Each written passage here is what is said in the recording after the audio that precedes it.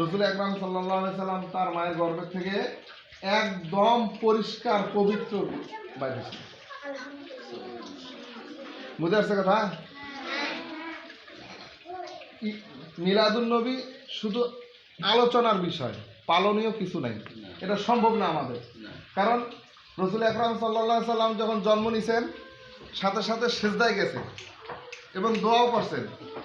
আমরা যখন জন্ম নিয়েছি আমরা সিজদায়ও যাইনি, আমাদের ওই হুঁশ জ্ঞান ছিল না, আমরা কিছু জানিনি, এবং আল্লাহর কাছে দোয়াও করছেন। কি করছেন? দোয়াও।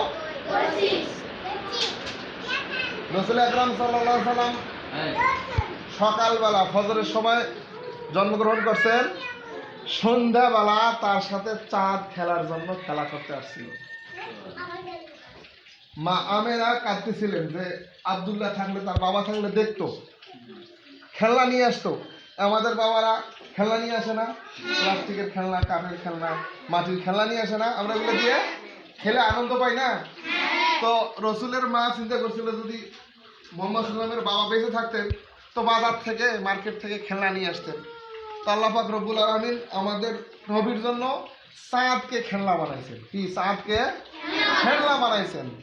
আমেনার কানে কানে আল্লাহ বলছেন, আমেনা ধৈর্য ধরো, অপেক্ষা করো, সূর্য ডুবতে দাও, আমি আমার নবীর জন্য চাঁদকে খেলনা করে পাঠাবো। কি? আমার নবীর জন্য চাঁদকে। আমেনা বলে, সন্ধ্যার পরে আমি দেখতেছি চাঁদটা আমার ছেলের কাছে এসে গেছে, আমি ভয় ছিলাম যে চাঁদটা আমার ছেলের গায়ে পড়ে যায় কিনা,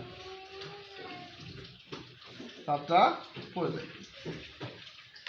আর একটু যখন বড় হয়েছে, আমাদের বাবা, আমাদের চাচা, মামা আমাদেরকে মেলায় নিয়ে যায় না? বাজারে নিয়ে যায় না? মার্কেটে নিয়ে যায় না? তো আমাদের নবীর মা আমরা উনি মনে মনে দুঃখ প্রকাশ করতেছিলেন যে আজকে আব্দুল্লাহ থাকলে, মোহাম্মদ সাল্লামের বাবা থাকলে আজকে বাজারে নিয়ে যেত, মার্কেটে নিয়ে যেত, মার্কেটে ঘুরতে নিয়ে যেত। তো আল্লাহ পাক রব্বুল আলামিন মা আমেনার কানে কানে বলছেন, আমেনা ধৈর্য ধরো, আব্দুল্লাহ বেঁচে থাকলে কোথায় আর নিয়ে যেত? মক্কা শহরে, সিরিয়ায়, পারস্যে, এগুলাতে নিয়ে যেত। কি যেত?